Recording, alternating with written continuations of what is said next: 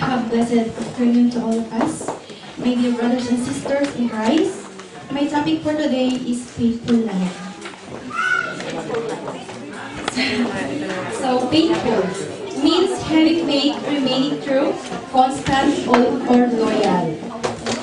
As our Father Almighty is faithful and true, the Lord is our mighty defender, perfect and just in all His ways. God is faithful and true, does what is right and fair. And Deuteronomy 32 verse 4. God is love.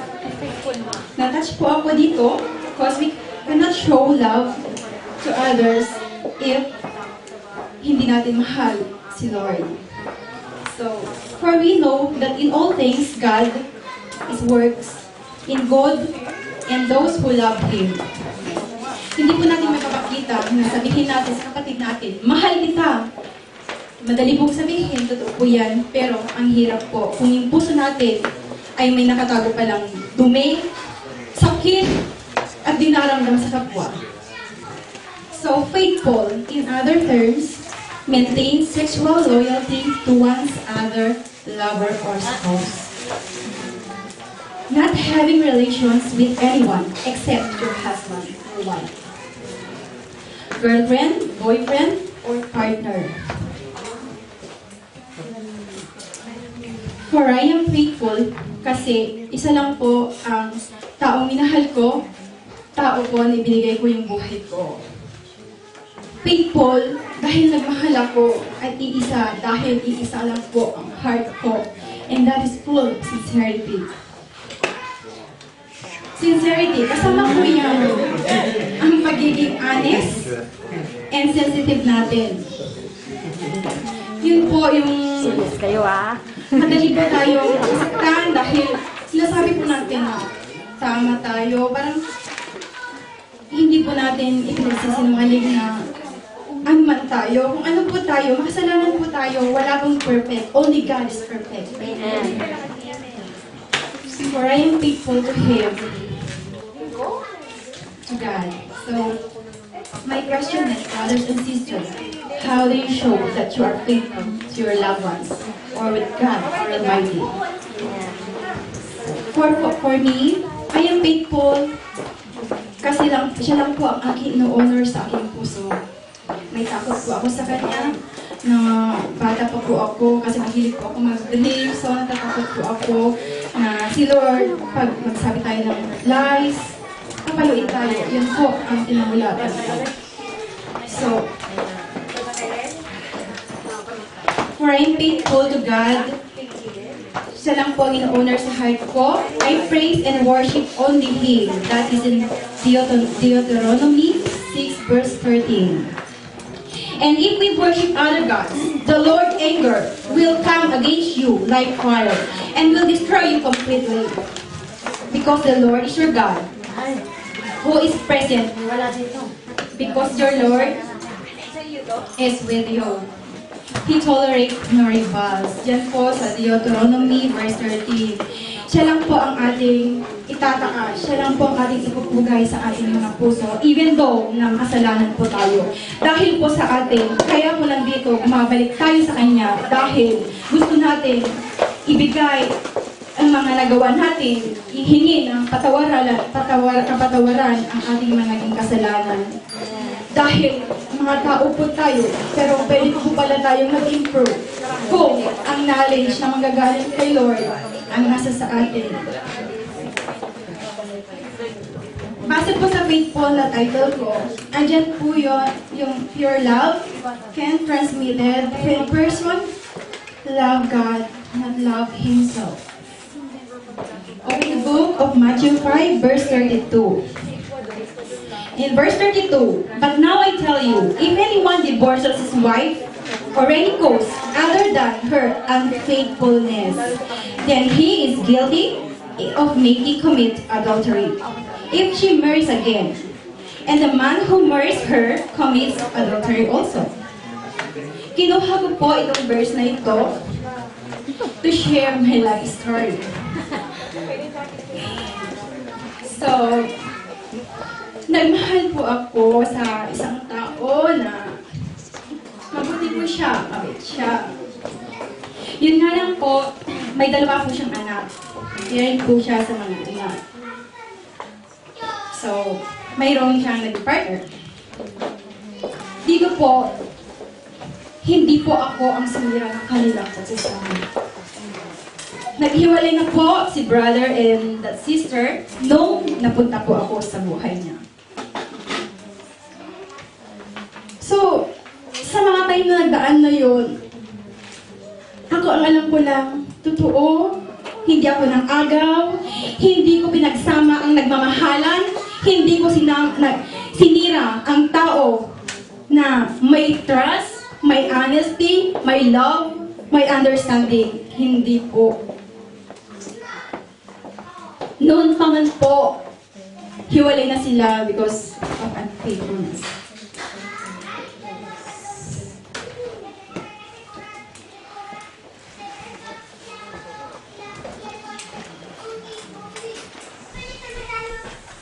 So,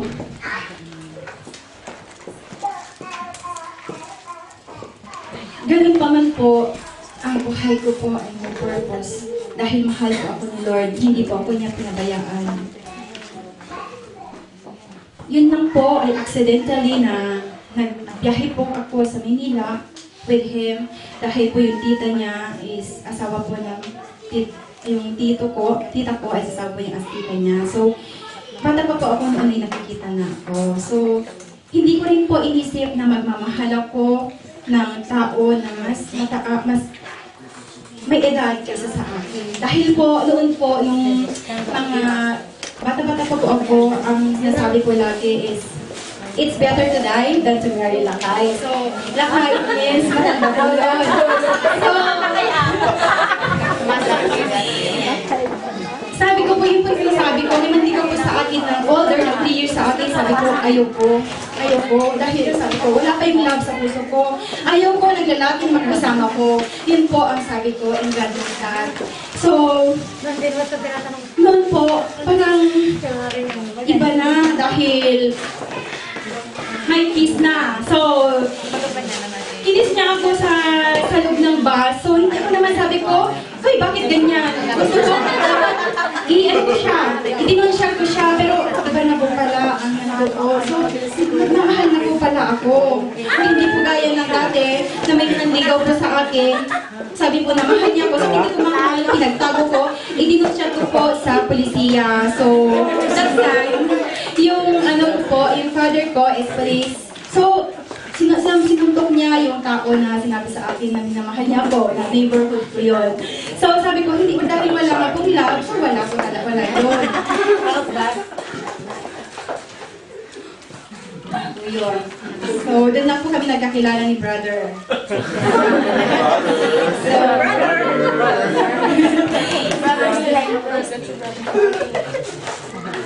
Kinuha po ako dito ng parents ni Richie dahil alam ko nila na dapat po at totoo po ang pagmamahal ko sa kanya at di ko po niloloko ang kanilang anak.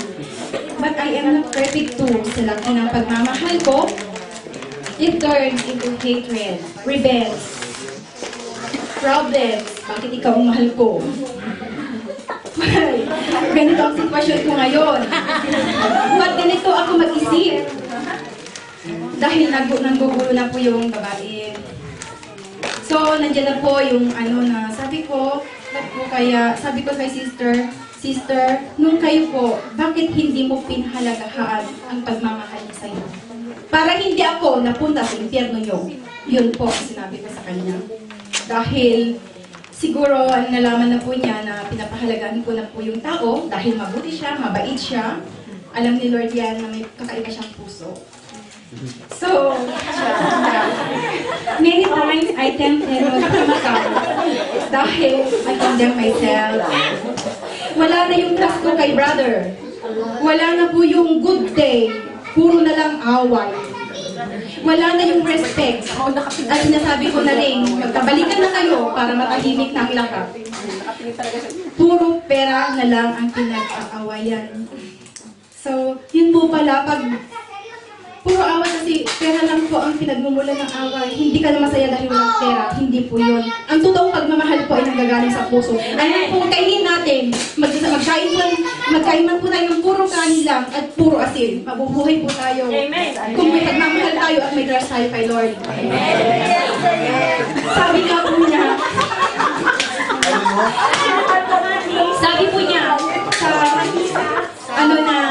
huwag kayong mag-worry, ibigay lang po natin sa Kanya. Dahil si Lord, inaantay lang po na tayo bumalik sa Kanya at ibigay ang lahat para matulungan tayo.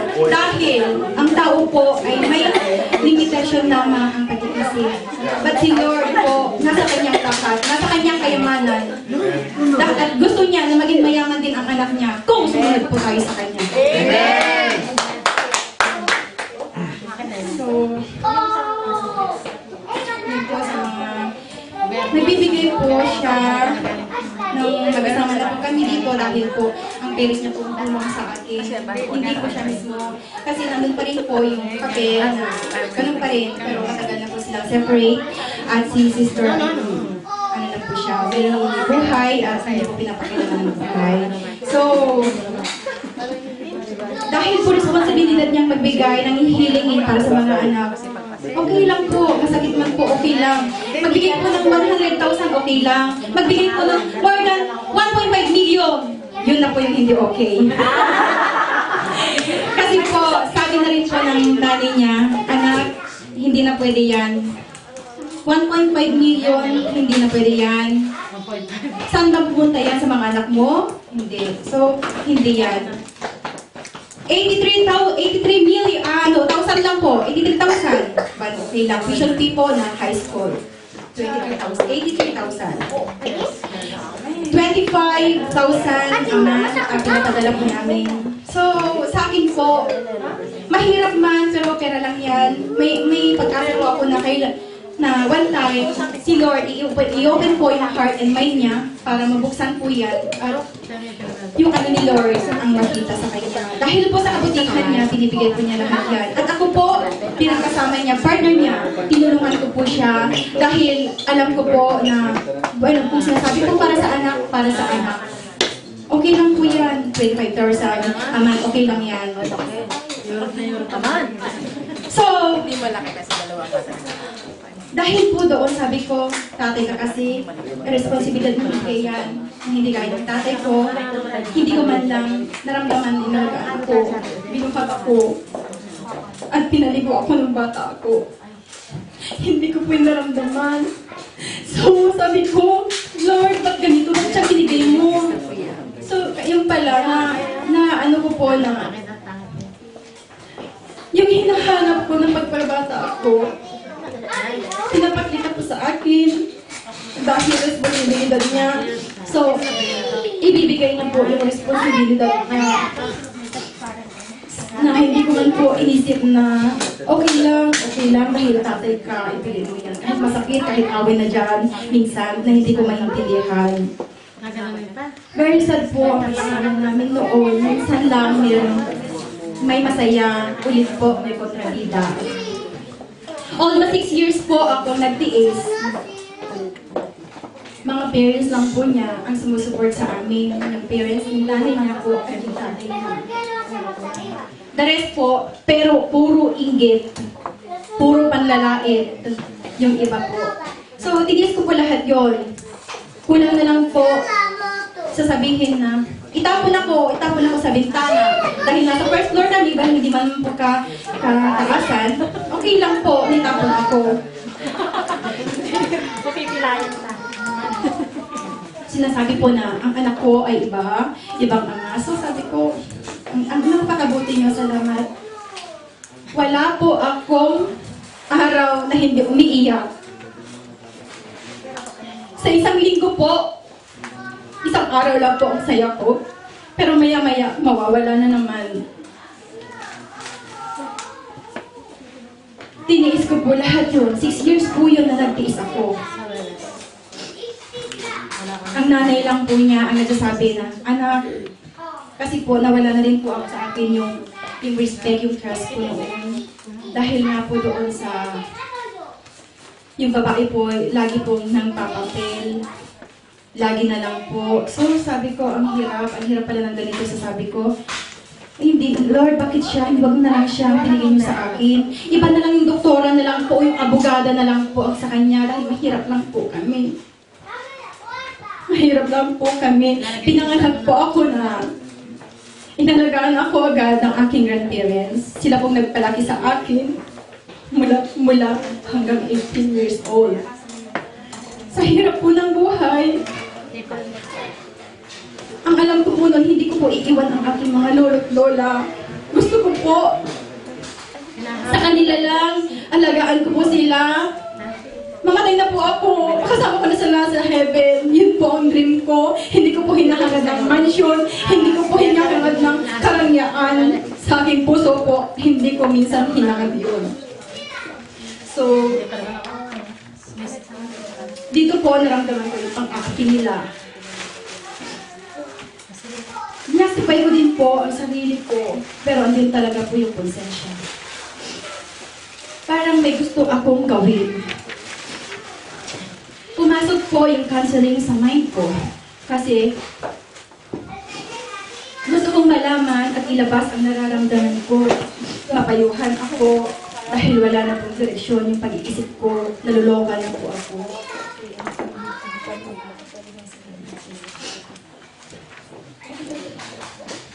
Kasama ko po ang partner ko, kailangan ikasal kami. Kailangan niyo po akong ikasal dahil hindi po ako basta-basta. Isa lang po, kaya iisa lang, siya lang talaga. Hindi ko po gusto na magsasama na lang po kami habang buhay. Hindi po. Doon ko po tinaka na magpamalay na lang. Mag-iba na yun eh. Nasiya ka na.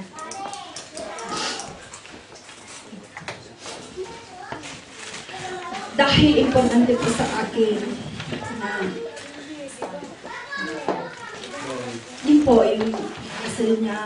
Tapos, dahil po sincere ko po yung pagmamahal ko, ibigay ko po sa kanya ng buo ang puso ko, ang lahat sa akin. So, sabi ko, nag-decide po kami sa pag-uwi, yun na po talaga ang gagawin. Dahil, mapagpasensya po si brother, nag-isip po siya sa akin ng sobra. Naghanap po kami ng church, pero dahil po sa work and home activities na lang, wala pong time kay Lord. So, nagsarili po kami ng bahay, naging maayos din ang pagsasama namin, at may pagkukunawaan na past na magsa 7 years na po dito. Pinakita na talaga niya na totoo and honest siya. Dahil po pinayagan ko po siya umuwi ng 3 months sa Pilipinas. At andun po yung babae. So sabi ko po, magsama na kayo dyan. Hindi po, wala po akong magandang salita sa kanya. Yung pag-uwi po niya ng 3 months, puro away po ang tinext ko sa kanya. Puro away, galit, magsama na kayo. Yun po lahat ang sinabi ko. So sabi niya sa akin, patutunayan ko sa iyo na hindi ako ganyang klaseng lalaki. At ikaw ang mahal ko. So, kahit po naman ako yung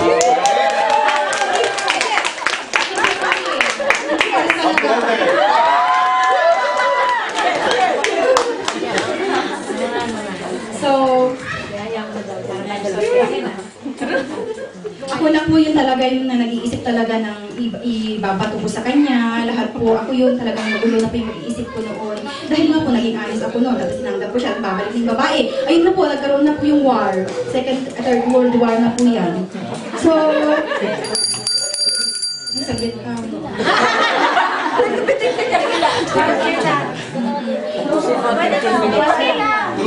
At nagbago po kumpleto nung nakilala ko na si Lord. Nang tanggapin ko po na siya ang personal savior ko. So, nagkaroon na po ako ng hope, ng love, ng peace sa buhay ko. So, yun po yung sa seek first the kingdom of God and what He requires of you and He will provide you with all those other things. So, yun pala, lumutag po ako sa saya dahil tapos sabi nila na mayroon pa lang result talagang pwede pa na kami dahil matagal na po sila tsaka ang faithfulness, yun po yun. So, may nagkaroon po ng hope na po yung puso ko na pwede po pala. Hindi ko po pala sasayangin yung na mag-big D ako at magpasagasa. Hindi po pala. Yun po, actually, yun po ang yung isip ko noon, wala na pong iba noon. So ngayon, hindi na po. So yan po yun sa Matthew 6, verse 33. Pag si Jesus, ang inuna natin sa ating mga puso, yung pong mga kailangan nating iba ay dadagdag niya. Yes. So, amen. We should surrender everything to God and ask for forgiveness of what we've done. Sa mga kasalanan po natin, kailangan po natin hindi lang paumanhin, mag-sorry kay Ama dahil andyan lang po siya.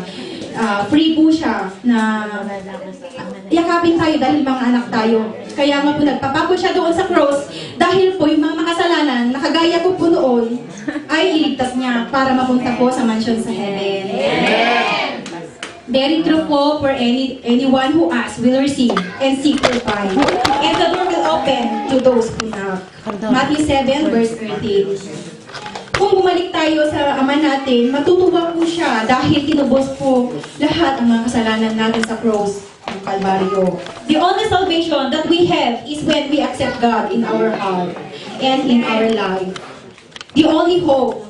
So we need to repent and must be baptized in the name of the Father, the Son, and the Holy Spirit. So ask forgiveness and forgive others. So I thank God. Pag sincere and honest pa lang heart natin, God will find a way to help us. Ano man ang kasalanan natin, He is always ready to forgive and not to punish us. Joel 2 verse 13 po yan. I am the Lord, your God, who teaches what is best for you, who directs you the way you should go. That is in Isaiah 48 verse 17. So with God, every question we have, He has answered, and all things has a purpose. Can I accept God as my Savior and Father, who takes hold of my right hand and say, do not fear, my daughter. Yan, and I will help you. Yan po yan sa Isaiah 4 verse 10. Life is full of surprises, some good and some not too good. When your world has been turned upside down, it probably feels as though there's confusion. Every way you turn, but just remember, there are clearer skies and brighter days after the hard rain. And the stormy weather in our life will also change. Life hurts sometimes, but that hurt will eventually become a memory with valuable lessons learned. Kailangan po i-erase mula natin ang memory na sa mind natin na hindi maganda at i-restore lang po natin yung mabuti at maganda saya. Life is a gift from God. Let's appreciate, give thanks with all our heart. Let's trust the problem we face are challenges in life, not vanishes from God. We can choose peace no matter what. We're experiencing motivation and sacrifice. Often work together to help us move forward. So, sa Kanya po, siya lang po ang ating direksyon sa buhay. Kung wala po si Lord, kung nanyan po sa tayo sa kayamanan, nasa, ano po tayo, sa bunganga po ng fire. Kung masaya po kayo, nasaan po kaya tayo? Mayaman tayo, nasaan po kayo tayo? Wala po di tayo dito sa church. Andyan po tayo, nakikipag-chismisan sa labas. Nakikipagsabunutan dahil may narinig akong chismis dyan. Oo, na dahil sa makeup ko, marami na pong nakatingin sa akin. So, hindi po tayo maging religious, mga brothers and sisters. But anyway, okay lang po yan dahil para sa akin din yan. But we are not religious. We have a relation with God. The important po is our relation with God. Pray with God. Ask for His forgiveness. Yan po ang napakabuti na si Ama natin, si Lord, na nandiyan lang po, na tinitingnan po tayo na gawin po, may magawa man po tayong pangit, pagpanganin po natin, hindi po yung tago po tayo ng tago dyan, tago po ng tago, pero nandun po sa taas ang nakakikita sa atin. Ano man po ang itsura natin, ano man po ang pananamit natin, kung ang puso natin is sincere, clean, si Lord po, yan po ang hinahanap niya. Dahil hindi na po natin sabihin na mahal kita, pastora, pero yung puso ko napakaitim. So hindi po yun. Yung heart po natin ay lagi po natin i-clean. So, nagiging santo po pala tayo kapag si Lord po ay nasa atin, nililinisan tayo. So, nagagawa po natin na magmahal, nagagawa po natin i-share ang word of God sa ibang tao. Pero kung ano pa po, parang nahiya pa tayo mag-pray, so ipakakahiya pray din po tayo ni Lord. Dahil kailangan po yung, lagi pong meron po yung communication natin kay God. So, no temptation has overtaken you except what is common to mankind. Yung po yung kay Brother Danny kanina. And God is faithful. He will not let you tempted beyond what you can bear. But when you tempted, He will also provide a way out that you can endure it. Hindi po tayo na nandiyan na lang po tayo na nasasaktan na. Hindi po. May gagamitin po talaga si Lord na angel para tayo po ay bumangon sa kasamaan. Yun po. Yun sa Corinthians 10:13 po yun. Let's be assured that there's power in faith and all things are possible. Thinking and hoping are more important when they give birth to action. We are rewarded for our efforts and faith. God is our side, not against us. Yan po ang isipin natin mga kapatid, mga brothers and sisters, na kailangan po lang natin bumalik sa Kanya, manumbalik po. At i-pray siya, i-worship siya ng ating puso. Even though I am not cause of their separation, kailangan pa din ang letter of divorce sa katigasan ng ulo natin. Na yan po ang gagawin namin, but thanks God, ginagawa na po ni sister para matapos na lahat. Kung sincere po pala ang heart natin, God will find a way. That people, there is no way. I recall the blind man that Jesus healed. That is Bartimaeus. His disciple asked Jesus, "Teacher, whose sin caused him to be blind?" Tinatanong ko, it is in own or his parents' sin? Jesus answered, his blindness has nothing to do with his sin or parents' sin. He is blind so that God's power might be seen and work at him. So, sa John 9 verse 3 po yan, yung palang magiging bulag natin, hindi po yung kasalanan yan, kundi ang power ni Lord ang magbigay sa atin para makita natin na siya ang ating Ama na tagapaglikha.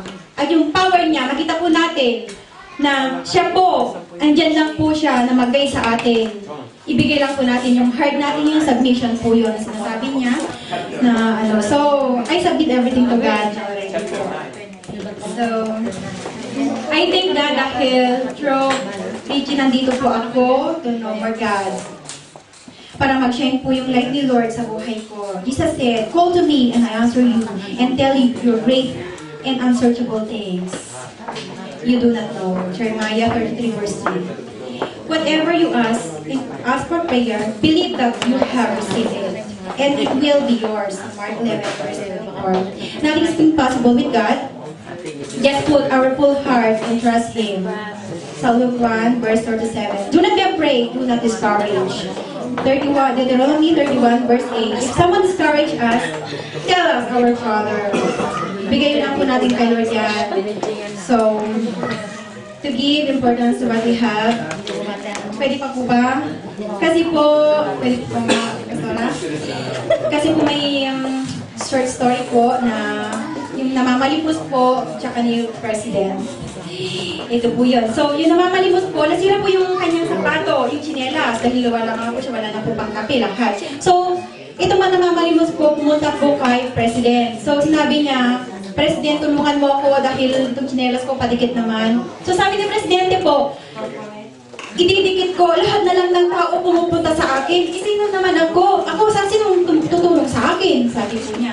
So, sabi ko nung namamalimos, sabi, ako, ikaw, gusto ko pang biyahe. Bibigyan kita ng pang biyahe mo, o ito, 100,000, Thomas, sabi niya. Pero may kapalit. Ano, sabi ko ng Presidente, tanggalin mo yung braso mo at ibibigay ko yung 100,000 at may pang biyahe ka. Nag-isip po yung Presidente, sabi niya, may pang biyahe ako, putol ang kamay ko. So, tapos, nag-isip na naman po kung mas malaki, 1 million. Bibigyan kita ng 1 million, sabi niya, Presidente. Bibigyan ka ng 1 million, pero tatanggalin mo yung paa mo. So, napaisip siya, ba't ganon? May kapalit na napaka-importante. So, sabi niya, huwag na lang. Naisip ko ng Presidente, huwag na lang. Hindi ko, ayaw ko, wala man ako, may buo lang ako. So, ganun po sa ating mga Christians. Magsilbi po tayo na hindi po maghangad ng kapalit, kundi po yung eternal life na para sa atin ay bibigay ni Lord. Ibigay lang po natin sa Kanya lahat na hindi po tayo nanghihingi ng malaking kapalit. So, si Lord po, free po sa Kanya. Magbalik lang po tayo sa Kanya. So, ibibigay niya po lahat. Yun po yung rating na nasa Kanya. So, ito na po yung illustration ko po ngayon, na hindi po dati. May love na po, may Bible na rin, dahil nagbabasa na po ako ng Bible. So, ako na po yung light. Dahil ako na nagla-light sa bahay namin. Hindi na po namamatay yung light dahil may love, may happiness na po yan. Tapos, through God, everything is impossible. At impossible. Yeah.